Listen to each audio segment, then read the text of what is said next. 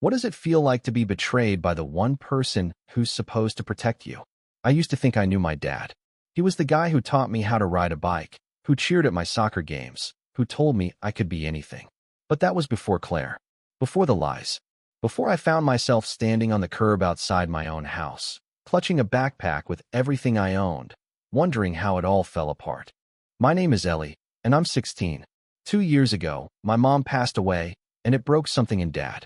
He stopped smiling, stopped talking about the future. I tried to be there for him, cooking dinner when he worked late, keeping the house tidy. But then Claire came into our lives, all sharp heels and sharper smiles. She was Dad's new coworker, then his girlfriend, and within a year, his wife. I wanted to be happy for him, but something about Claire felt off. She looked at me like I was a problem to be solved. At first, it was small things. Claire would suggest I stay in my room when she had friends over. She'd rearrange my mom's old photos, tucking them into drawers. I tried to talk to Dad about it, but he'd just say, "She's adjusting, Ellie. Give her time." I gave her time. I gave her patience. I gave her every chance to see me as more than an obstacle. But Claire had other plans. It started with whispers. I'd catch fragments of their late-night talks, Dad's voice low. "Claire's urgent. She's troubled." I heard her say once. "She needs help." I wasn't troubled. I was grieving, just like Dad, but I was trying. I kept my grades up, stayed out of trouble. But Claire painted a different picture. She told Dad I was sneaking out, stealing, acting erratic. Lies, all of them. I confronted her once, my voice shaking with anger. "Why are you doing this?" I demanded. She just smiled, cold and untouchable. "I'm protecting this family, Ellie." Then came the night everything shattered. I came home from school to find two strangers in our living room, a man and a woman in stiff suits, CPS badges clipped to their belts. Claire stood behind them, her arms crossed, eyes glinting with triumph. Dad wouldn't look at me. "Ellie," the woman said, "we've received reports that you're a danger to yourself and others." My stomach dropped. A danger? Me? I turned to Dad, waiting for him to laugh, to tell them it was a mistake. But he just stared at the floor, his silence louder than any shout. They said I had to leave. Claire had spun a story so convincing, backed by Dad's lies, that CPS believed I was unstable.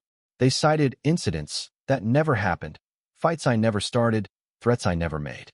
I begged Dad to tell the truth, my voice cracking as I grabbed his arm. "Dad, please. You know me." For a moment, his eyes met mine, and I saw the man who used to carry me on his shoulders. But then Claire touched his hand, and he turned away. "It's for the best, Ellie," he mumbled. They gave me 10 minutes to pack. 10 minutes to shove my life into a backpack, clothes, a photo of Mom, my old sketchbook. Claire watched as I walked out, her face a mask of false pity. The CPS workers drove me to a group home an hour away. It was a gray building with peeling paint and kids who looked as lost as I felt.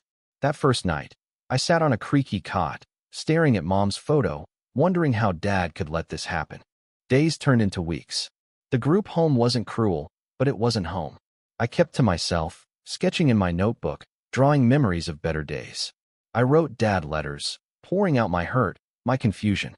He never wrote back. But I didn't give up. I couldn't. Mom always said I had her stubborn streak, and she was right. I started asking questions, talking to the other kids, learning how the system worked. One of the older girls, Maya, told me about emancipation, how I could petition to be legally independent at 16. It was a long shot, but it was hope. I worked hard, saving money from a part-time job at a diner. I met with a caseworker who listened, really listened, when I told her the truth about Claire's lies. She helped me gather evidence, school records, teacher statements, even texts from friends who knew I wasn't the monster Claire made me out to be. The process was slow, exhausting, but every step felt like reclaiming a piece of myself. 6 months later, I stood in a courtroom, facing a judge. Dad was there, Claire at his side. I didn't look at her. I looked at him, searching for the man who once called me his hero. I told my story, every painful detail, my voice steady despite the ache in my chest. The judge granted my emancipation. I was free, not just from the group home, but from the lies, from Claire's control. I moved into a tiny apartment, paid for with my savings and a scholarship I'd earned. It wasn't much, but it was mine. I hung Mom's photo on the wall, a reminder of who I was fighting for. Dad called once, his voice heavy with regret. I didn't know, Ellie, he said. I wanted to believe him, but trust is hard to rebuild. I told him I needed time. Maybe one day we'll talk, but not yet. I learned something through all this. Family isn't just blood. It's the people who see you, who fight for you, who believe in you even when you're cast out.